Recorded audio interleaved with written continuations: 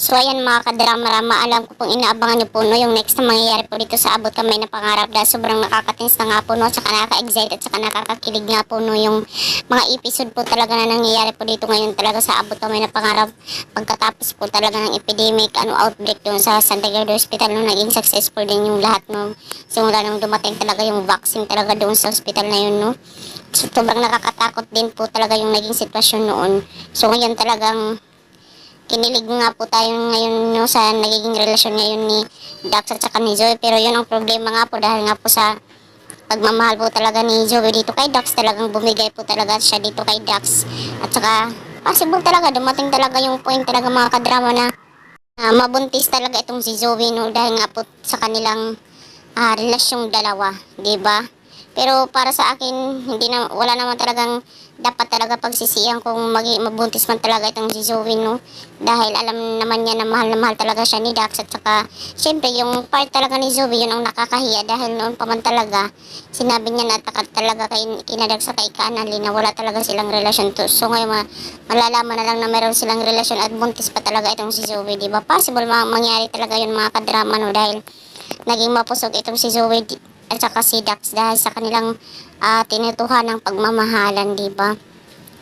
Wala naman tayong magagawa kung mabuntis talaga itong si Zoe at saka si Dax dahil totoo naman silang nagmamahalan at kaya naman nila yung mga responsibilidad na yun, no? Kasi dapat, sabi pa nga, bago nyo gawin yung mga bagay-bagay, dapat iniisip nyo din talaga yung magiging resulta balang araw in the future, di ba? Kung kakayanin nyo ba, kaya nyo bang harapin, di ba? Maganda kasi kung pinagplanuhan nyo talaga yung mga bagay-bagay, di ba? Mahirap kasi kung yung mga bagay na ano ba, yung hindi pinapagpaplanuhan saka andyan na, wala nang magagawa. Parang nakaka-relate lamang po ako talaga mga kadrama sa ganitong sitwasyon dahil ako pinagdaanan ko rin yung mga ganun no. Yung wala na akong nagawa dahil sa mga bagay-bagay na yun, pero salamat din po ako sa Panginoon dahil talagang ginabayan niya po kami, di ba? Hindi niya kami pinabayaan, di ba?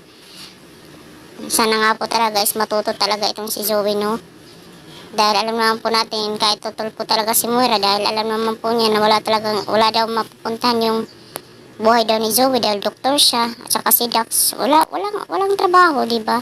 Pero alam naman po natin na pwede naman sa magkaroon ng trabaho, di ba? Makapag-apply siya, sana nga po matanggap siya dahil nga po sa nangyari noon, di ba? Sana nga po tulungan din siya ni Moira, hindi yung hindi yung tututulo lang si Moira dahil alam naman po natin na si Moira talaga yung gumawa ng mga pamaraan na yun para magkakilala sila, talagang magkaroon daw ng relasyon, sakyan daw si Dax. So ngayon talagang tinutuhanan na ni Zoe, kaya wala talaga tayong magagawa dyan. Sana nga po hindi mabuntis si Zoe dahil sobrang nakakahiya po talaga yan para sa kanya, para sa daddy niya. Sigurado akong hindi ata yung matatanggap ni RG itong si Dax. So yun lang po mga kadrama, abang-abang na lang po tayo sa next na mangyayari po dito sa Abot Kami na Pangarap. Bye!